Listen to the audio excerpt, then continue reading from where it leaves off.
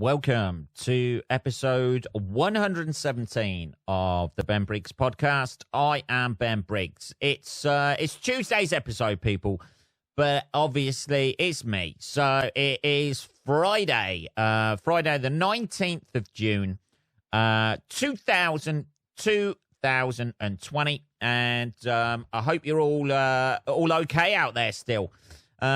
Within the realms of what you are doing and how your freedom has been imposed upon these last few months. We're having a few little problems with uploading the podcast and shit like that, but hopefully we can get this one and the next episodes out more or less on time. You know, time is it's relative to what you're doing at the moment, isn't it? You know, everything's a little bit on hold still, isn't it? They're starting to open up a few shit here in the UK, England, Scotland, Wales, and Northern Ireland. He gets it right, finally. They're starting to open up a little bits here. You can play fucking bingo now, but you can't do fucking stand-up comedy. Somebody can stand up reading out fucking numbers, although, surely for the shit acts out there, they could let them out there, couldn't they? Doing their comedy by numbers. Is it no different from doing bingo? Controversial, Benjamin. Controversial. I'll tell you what I've been up to, people. I have finally, chief procrastinator, captain fucking I'll do it tomorrow, major manana as I am, manana, I've fucking only gone and finished my fucking garden, people. And I know. It's finally done. I went up the garden centre to complete it with some fucking flowers. That's a fucking, like, if you know very little about flowers, the only thing I fucking know about flowers is I usually buy them for somebody I'm dating when I've done something wrong. That is my sole knowledge about flowers. I have an association with flowers of guilt. That's it. And hopefully it'll make it better somehow. I don't know. So, having known nothing about flowers, I went up the local garden centre. Dobby's, he's, after dying in Harry Potter, sorry, spoiler alert there, he seems to have been resurrected as a garden centre owner and seems to be doing quite well, as every single fucking garden centre in the land seems to be a Dobby's at the minute. I had to go up there the other day and get some flowers. I have fucking no idea about flowers, whatever. Somebody said to me, what you want is perennials, Ben. I have no idea. I had to Google perennials. Apparently they come back every year. It's sort of like, they're the sort of herpes of flowers, it would seem. They come out when it's hot. Just grow a little bit. Then you fucking have to put up with them. That's the only thing with flowers. This is the thing I've realized. They need care and attention. This is the whole reason I never had kids. Because you have to keep fucking watering them and feeding them. And the flowers too. There we go. First joke of the fucking podcast. So this is why I never had kids. Because you have to fucking nurture them and look after them. And you're like, oh, fucking, I hope they don't fucking die or get too much sun.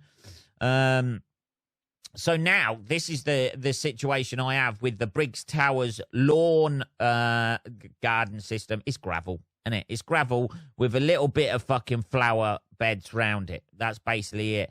As it's been pointed out before on the podcast and by various people, it looks like two fucking graves outside, which, having bought lavender, this is a thing. My whole intention of going up to the garden centre was buying lavender and anything to keep the cats off, because I've been getting like 1 to 2 cat shits per day. I planted the lavender last night. Got up this morning. There's 3 fucking shits. This is the most shits there's ever been. I am living around cats that defy the rules of how to keep them off your garden. So we're in the midst of cat wars at the minute. I am fucking shoveling cat shit and throwing it into the little moat bit outside of Briggs Towers on a regular basis now. One of the fucking little bastards even fucking between two lavenders, it was like a laser guided shit. Exactly equal distance between two lavender plants, like straight in the middle, and then they have to fucking dig up all this shit over your gravel and stuff like that because they have to fucking bury it. I don't know what that's all about. They do a shit on your garden and then think, this will fucking cover it up. This is fine. This is okay. So, so I'm dealing with cat shit on a regular basis, which is nice. I fucking, seriously, man. I am running out of options here. I've tried lemon juice, fucking lavender. I mean, I'm going to have to buy a fucking big dog, and then I'm going to be clearing the fucking shit up from that. I don't know, man. I don't know. Somebody suggested cocktail sticks. You know, like what I can just only imagine the cats in my area, if I put cocktail sticks in the ground, would be sitting there as I go out next to a pile of shit, eating cheese and fucking pineapple off of them. You know, at the age of 43, I didn't really think I'd be A, involved in some sort of fucking cat wars, and B, being outsmarted by the little fuckers. Fucking little bastards. The front garden is done. Going to a garden centre is a fucking nightmare because it's mainly full of like elderly women who know what they're fucking on about. And I walk in, I have no fucking idea. I just think, that looks all right. I'll get some of that. That, you know, looks all right. I'll possibly buy some of that. I have no idea, no concept of whether it's in the shade, in full sun. It's like everything else these days, isn't it? You need to fucking Google everything. You know, I know everybody says, what did we do before Google? We just fucking made mistakes. That's the thing. You know, you put some fucking poison ivy in your garden or something like that. I don't know, people. Let's have a little bit of tea. I'm getting wound up by the fucking cat situation. Let's have a little bit of tea. So walking into the garden centre, and garden centres they just don't sell flowers now either. They've got everything in there. Everything from fucking workwear to high-vis jackets to fucking fish. You know, like they've got a little sweet shop in there just to tempt you. And then because they've got you on that location, and because it's fucking miles out of town in the middle of fucking nowhere, they hike up the fucking prices. I don't know, man. It's like fucking when you go shopping in an airport or something and you want a sandwich and it costs you like £7 for a fucking sandwich. Because they know you're fucking stuck there, so they can just hike up the prices. I don't know. It's so shopping around, I had no idea what I was looking for, people. You know what I mean? It was like, you know, I'm a 43-year-old guy who lives on his own, who's coming to, they ought to have a section. They ought to have a section in a fucking garden centre for fucking idiots who know nothing. Do you know nothing? This stuff will grow in shade. This stuff will grow in sunlight. They ought to have it split down the middle like that, and you just go around. You have a special little fucking trolley that you can't fucking tip the stuff up on.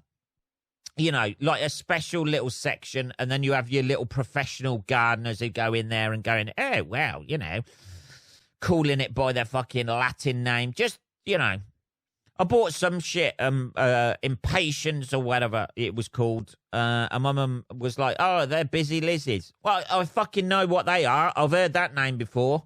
I haven't heard Impatience. Just put the fucking, you know, put a little picture of what it's going to fucking look like as long as it doesn't die.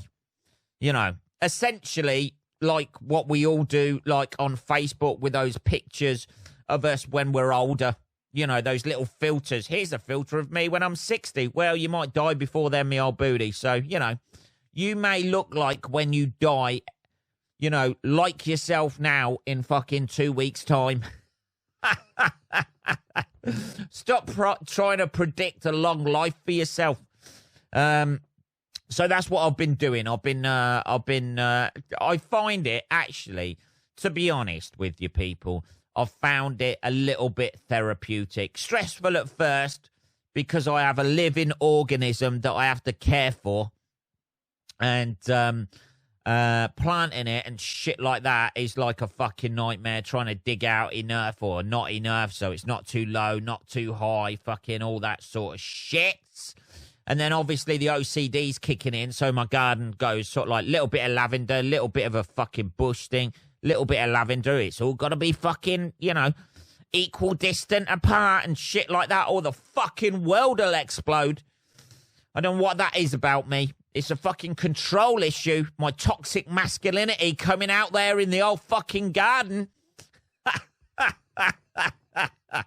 I don't know. I don't know why I can't just be, I'll fucking put that there or put that there. But everything's got to fucking match. I don't know, people. That's childhood issues, I imagine. I don't know. Not to go on about that.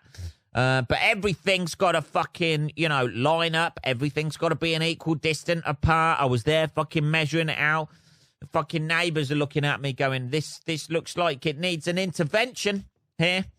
But I tell you what, there is something addictive about buying plants and planting them. There's something very fucking, maybe it's being English. Maybe it's that fucking how many different fucking flowers grow in an English country garden. About four of what I know. That's about it.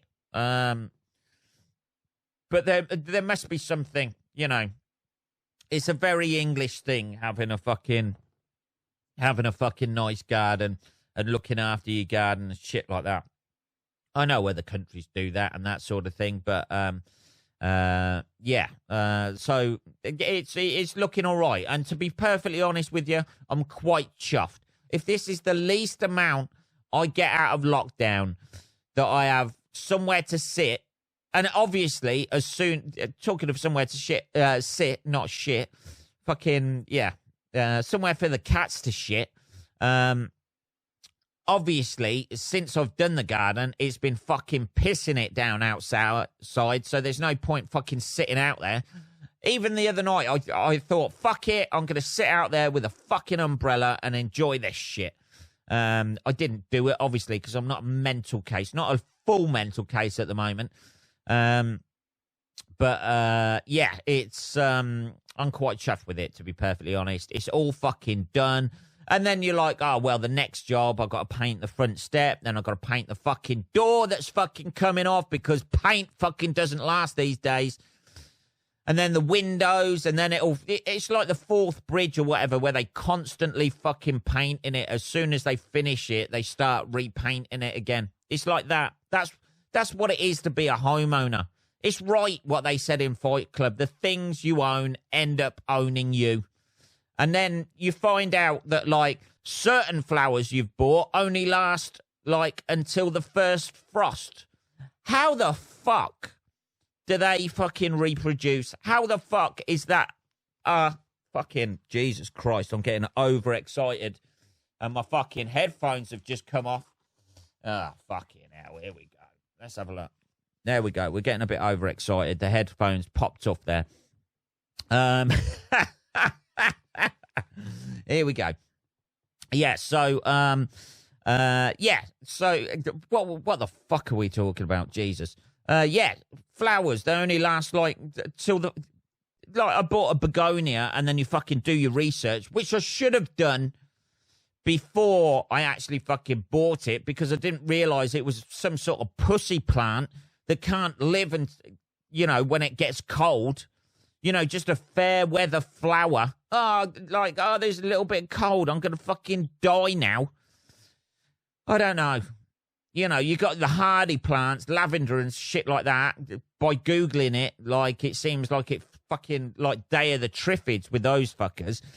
And then you got begonias that last about, fucking 2 months or something. Oh, they look nice. It's a fucking nice little flower. Oh, I'm just going to flower for, about a week.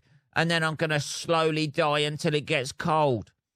You know, how the fuck, evolutionary speaking, do they keep fucking going? You know, surely they should have been left behind.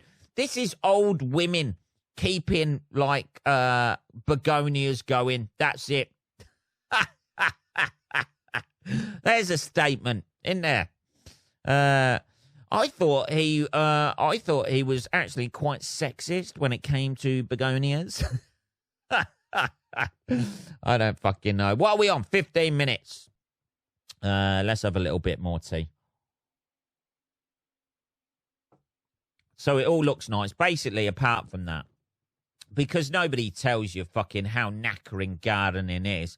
When you've lugged through all the fucking stone, you've set everything out, you've dug out all the things for the fucking flowers, you've got them right, you're giving them a fucking water and stuff like that, and they're just sitting there, you know, not really doing anything. The fucking lavender's already sprouted about an inch, but everything else is just like, oh, I'm not sure about this new place. I quite liked it. All right.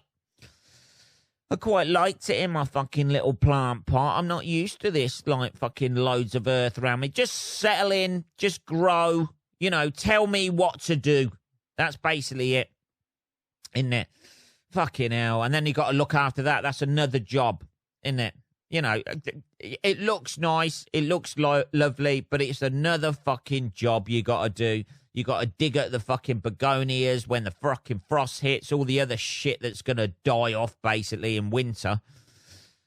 And it's just another fucking job. Everything's fucking hard work in it. Thank God I haven't got kids. Everybody says about kids, don't they?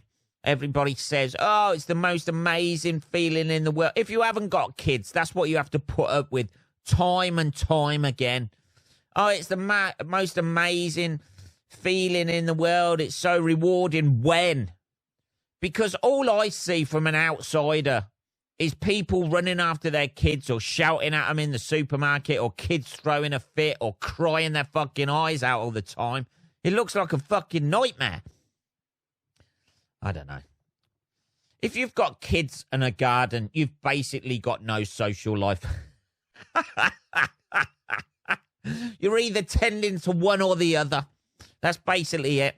That's my point of view on it. That's it. You either have one or the other. That ought to be the law. You either have a garden or you have fucking kids, because you won't have time for both. You're not going to be able to put your time into both. And then throwing in doing stand-up gigs on top of that is a fucking nightmare. Not that they're happening soon, people, are they? You know, like this is in the stand-up section of fucking Apple Podcasts. You know what I mean? It's like, you know, I haven't done a stand-up gig since March. What are we now? Fucking June, March, April, June. Yeah, probably about 8 weeks, 9 weeks. Fucking hell, I'm starting to get a bit itchy now, I think. That's the thing. You know, you think, it's all right. It's a nice little break and stuff. And when there's no, you know, they're opening up the pubs and shit like that, but you can't have any live performances. You know, you got to book in for a pub. You can only stay there 2 hours. What's the fucking point in that? In England, you know, you can go to a pub for 2 fucking hours. It's going to be speed drinking, isn't it? You're just settling in. After 2 hours in a pub, you're just settling in. You're just getting that little bit of a fuzzy head where that's the time where you're thinking to yourself, oh, I could go home now. And then that little voice in the back of your head goes, just stay for one more, Ben. Just stay for one more. And then you have that one, and then it goes, fuck it, you've had one, you might as well have 3 more. And then the next minute, it's 1 o'clock in the morning, you've got a ripped shirt, there's fucking mud all over your white trainers. And then there's a basic procession of clothes through your house from where you've got in the front door, and then just basically stripped off, and then fell asleep in the most awkward position possible in bed. That's how you know how pissed you are. How many clothes you were wearing the night before are in various different rooms of your house. If you've only, like, taken off your jacket, hung it up, you know, just thrown it, like, onto the sofa, and then gone into your bedroom, and all the rest of your clothes are on the floor, you've only had a few. If you've got socks at your front door, Matt. And your trainers, one of your trainers is next to that sock. The other sock and trainer is in your fucking bathroom. Your coat's in the hall. Your fucking pants are halfway up the stairs. And for some reason, your jeans are right next to your bed. How did you get those pants off? You're never going to find out. That's a fucking cracking night. That is when you know you've earned that fucking hangover. I don't know. What are we on? 20 minutes. Fucking hell. Jesus, we're on fucking countdown. I don't know.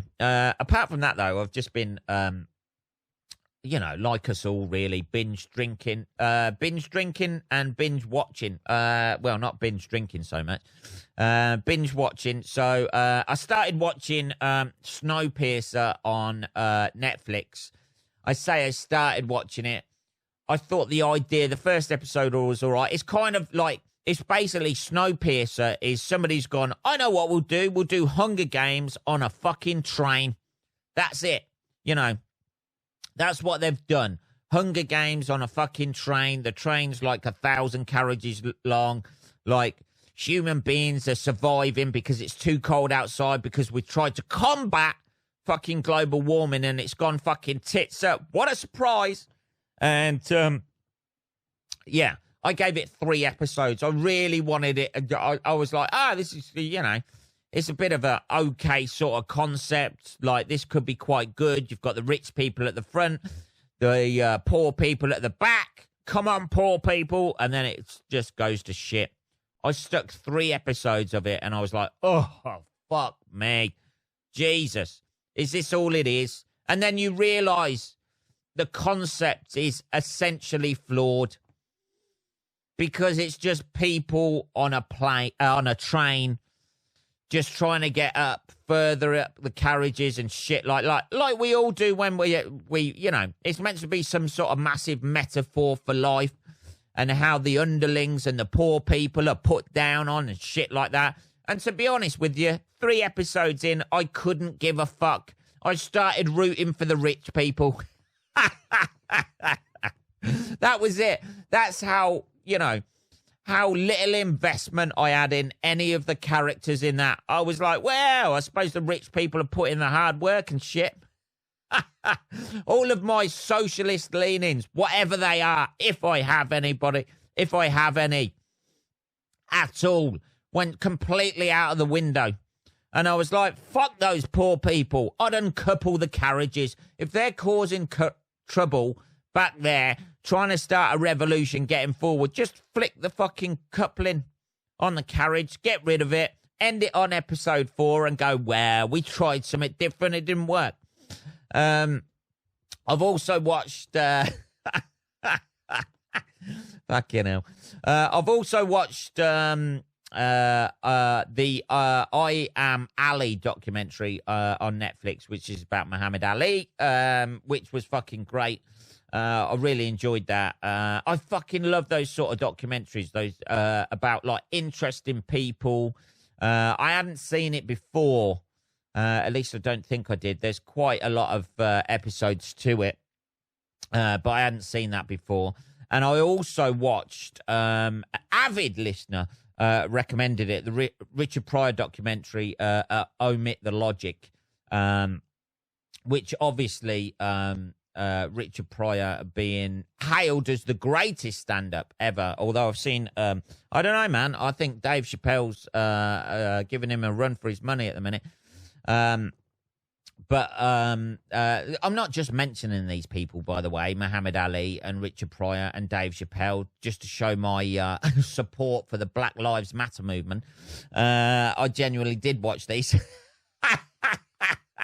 Unlike other people out there, woo!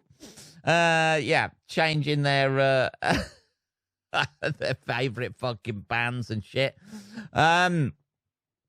So I watched that, and the interesting thing about that I saw was the Richard Pryor documentary was taking you through. Obviously, it takes you through his life and stuff like that, and shows how he just fucked off at Vegas and just thought, fuck it, I'm not going to be the Bill Cosby type like, you know, stand-up wise rather than the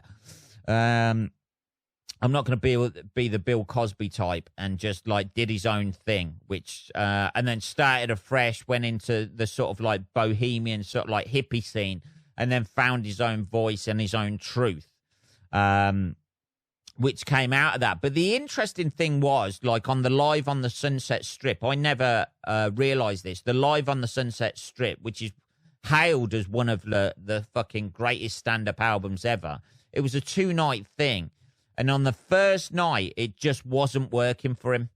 And he just fucking cut it, walked off stage and said, sorry about this, it's not working tonight. And then came back 24 hours later and then did that fucking set. It's just fucking, you know, that is pure genius of somebody who can take the fucking hit, which as a stand-up, you know how that feels of that, oh, fucking hell, this ain't working. And just to have the balls to cut it in a massive arena and just say, sorry, this ain't working for me. Walked off stage, invited the same people back the next night, walked in and fucking smashed the shit out of it and did one of the best specials ever. It's just fucking amazing to see that. And just like as an example of what you can do in stand-up, you can have a bad gig one night and then the next night you can do fucking amazing with the same fucking material. And it's just like a lot of it, I think, I mean, a lot of it with stand-up and stuff like that is what's in your head at the time and how you're feeling and how you're presenting stuff and shit like that. There's so many variables to it. But to see that a fucking somebody hailed as a genius, it even happens to then, you're like, well, it don't really matter that much. Nothing really matters. That's the thing about it. Like with stand-up, you know, it's all about the end journey and fucking producing that good bit of material. Isn't it? And everything before that just don't fucking matter, really. You know, it's all working towards that. It was really fucking interesting. Even if you're not into stand-up, and I don't know why you wouldn't be, it's good watching, just interesting to, like, view it about his life and where he came from and where he ended up and the fucking demons he had and shit like that. Like we've all got these days. I don't know. So watching that, I would thoroughly recommend it, people out there. Anyway, let's have a look at let's round it up, this fucking episode, with a fucking story about a leech crawling inside an elderly man's penis. What a better way to end this. Here we go. Here's a story in the news. Leech crawls inside elderly man's penis and drinks pint of blood. I imagine it was his blood. That is like every fucking man's nightmare. I think quite happily anybody, like a man would have his arms and legs chopped off as long as you left his fucking genitals alone. But a leech crawling up inside your penis and then having a little drink of your blood. I think that is one of the worst fucking nightmares any man could face. Scans using a tiny camera showed that the blood-sucking parasite had already wounded part of the man's internal organs with its sharp teeth. Fucking little bastards. An elderly man was left in agony after a leech entered into his body through his penis. Yeah. How did that happen, me old booty? Yeah.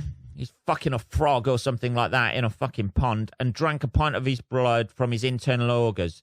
Doctors in Cambodia say the patient went for a dip without any clothes to cool off. A likely story, isn't it? Hang on. Either that or the guy's going, look, I'm an elderly guy. I haven't had fucking any action. I haven't even had a blowjob in 30 years. I haven't even been sucked off. Like, in 30 years. Hang on a minute. There's fucking leeches in the fucking pond over there. Let's see if they can... Oh, shit, it's disappeared. Doctors in Cambodia say the patient went for a dip without any clothes to cool off in a pond when the invertebrate slithered up his penis. Like you wouldn't feel that. You know, it's not like there's a gaping hole there that something can just slip up. You know, it's going to have to fucking open that up, isn't it? That night, however, he was left in severe pain after he tried to use the toilet in his home near Phnom Penh. Thank you for giving us the location of the toilet. Medics at a hospital used a tiny camera and found the blood-sucking creature had made its way up his urethra into his bladder. Oh, man, you'd fucking feel that. Is that what it's like when you're elderly? You just fucking lose all fucking feeling below the waist. You'd fucking feel that fucking creeping up there like a caterpillar, surely. Scans showed that the parasite had already wounded parts of the... Yeah, we got that. Medics then used another tool called a bipolar retroscope to kill the leech. Bipolar retroscope. Afterwards, the leech was a little bit unhappy, but then went fucking manic. The removal process was complicated by the face that the leech has swollen in size after taking more than 500 milliliters of blood it has sucked from the man. Jesus.